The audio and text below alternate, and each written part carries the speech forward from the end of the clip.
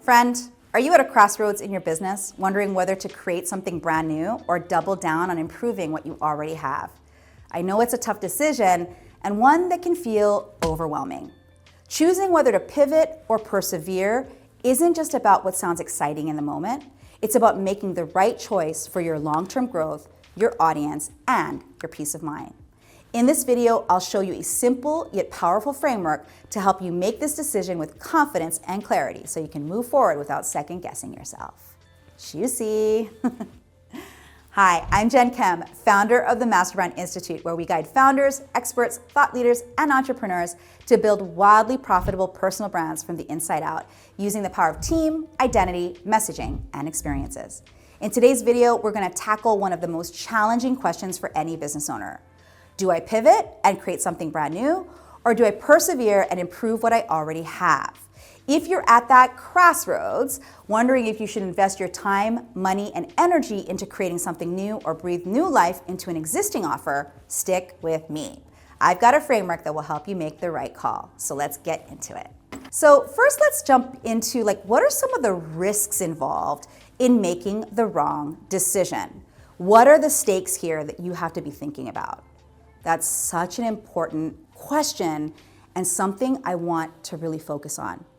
The truth is, the decision to pivot or persevere is, no pun intended, pivotal.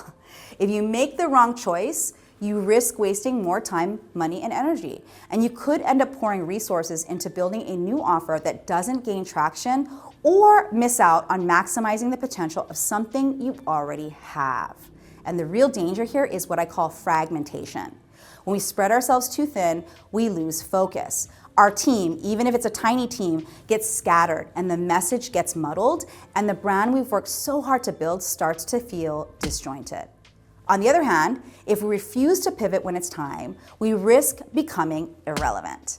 The market changes quickly, and sometimes we need to evolve to stay competitive. And these are high stakes. The good news is, with the right approach, we can navigate these choices with clarity and confidence. So let's jump into the framework that helps solve this dilemma. In my role as a strategic advisor for businesses of all sizes, I've realized that there are really only 5 goals that truly matter for a company of any size to thrive and for ideas to make the impact we envision. These goals are universal. They apply to any type of company or vision, regardless of the brand or the size of the business. And to make them easy to remember, I've turned them into an acronym. GIDDY, G-I-D-D-Y. Think of it like giddy up, let's get moving, unicorns, and we'll feel giddy with excitement because we're finally making things happen. G is grow the business. These are the goals, or the one goal that will help you reach, market, and sell more. So the ideas that you bring in have to fit in with that. I, improve financial performance. So will this idea help us run the business more profitably and efficiently? D, delivering exceptional brand experience, which basically means that we are fulfilling the promises that we make to our market. And so that piece right there, people usually stay with your brand because you've been able to do that first D. The next D is discover new ideas and innovation. So this is where your idea, is it making room for relevancy and competitive edge while keeping the other GID in mind? And then finally, Y, which says yield better stakeholder results. So what that really means is there are a bunch of stakeholders in the ecosystem of your business. So the question is, how does this benefit the customer stakeholder, the team stakeholder, any type of partners or referrers that send you business? That's what the why is all about. Now, the GIDDY framework helps you evaluate your options holistically from end to end. It's designed to ensure you're making a decision that aligns not just with what you want to do, but with what will actually benefit your business, your customers, and your team. It forces you to take a step back and look at the bigger picture, something that's incredibly helpful when you're in the weeds of decision making. Let me give you something to move this forward and to use the GIDDY framework better. Here are one question per the framework that will help you evaluate whether to create something new or to improve an existing offer or idea. So for the first one, G, grow the business. Ask yourself, will this new idea help me reach more of my ideal audience? Or would improve my current offer yield better growth in terms of revenue and impact? For the I, which is improve financial performance, ask, which option will have a greater impact on profitability and efficiency? Sometimes enhancing what you already have can boost profitability without the risks that come with launching something brand new.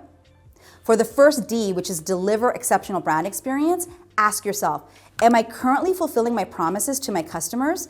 And could a new offer do this better? Or would it be more impactful to refine my existing offer based on feedback from my audience? For the next D, which is discover new ideas and innovation, ask, is there room to innovate within my current offering? Or is this new idea necessary to stay relevant and ahead of competitors? And finally, for Y, which is yield better stakeholder results, ask, which choice will have the biggest positive impact on the people who matter? My customers, my team, and my partners, and even me as the founder.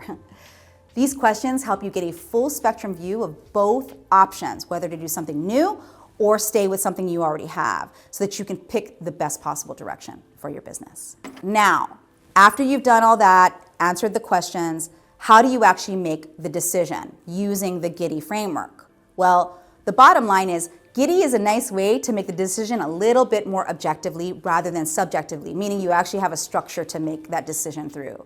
So that way, instead of being completely caught up in the excitement of a new idea or staying in the comfort of sticking with what's familiar, you're evaluating each option through a lens that considers growth, efficiency, customer experience, innovation, and stakeholder impact.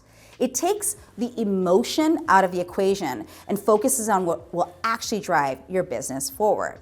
And that means that when paired with your gut and your dreams, you can then add this element to move forward with confidence, knowing that whichever path you choose, whether it's building something new or improving what you already have, you're making the decision that's best for your business, your customers, and your team. Now, if you found this video helpful, give it a thumbs up so we can help more entrepreneurs and experts like you make powerful, informed decisions. And before I go, I invite you to take our Brand Archetype quiz, which is linked in the description below.